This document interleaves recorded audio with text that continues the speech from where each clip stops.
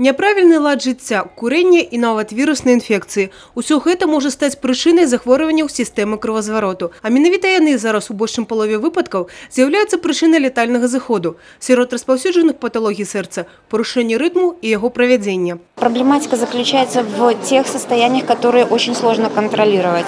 К ним относится внезапная сердечная смерть, когда нет возможности человеку оказать помощь, и смерть наступает буквально в считанные минуты. Поэтому сегодня важно определиться с теми методиками, как мы можем реагировать на это и как мы можем профилактировать такие состояния.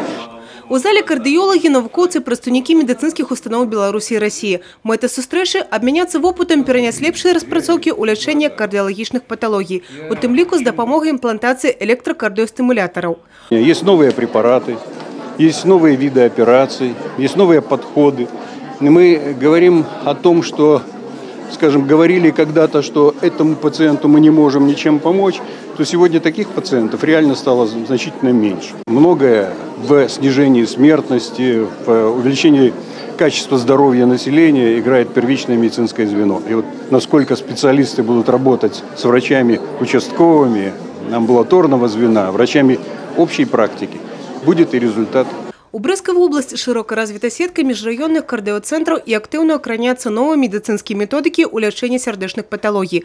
Толькі ў мінулым годзе кардыёхірургі вобласці выканалі больш за 2000 высокатэхналагічных аперацый. Мы надеемся, что, конечно, в Брестской области мы сумеем внедрить все высокотехнологичные методики, рекомендуемые при этих ситуациях, и повлиять в том числе на статистические показатели. С прошлого года у нас введена методика радиочастотной аблации, нарушений ритма и проведения. Кроме того, у нас порядка 400 ежегодно производится имплантаций электрокардиостимуляторов и сложных устройств. И, конечно, это дало свои результаты. Брестская область имеет среднюю продолжительность 74,6 года.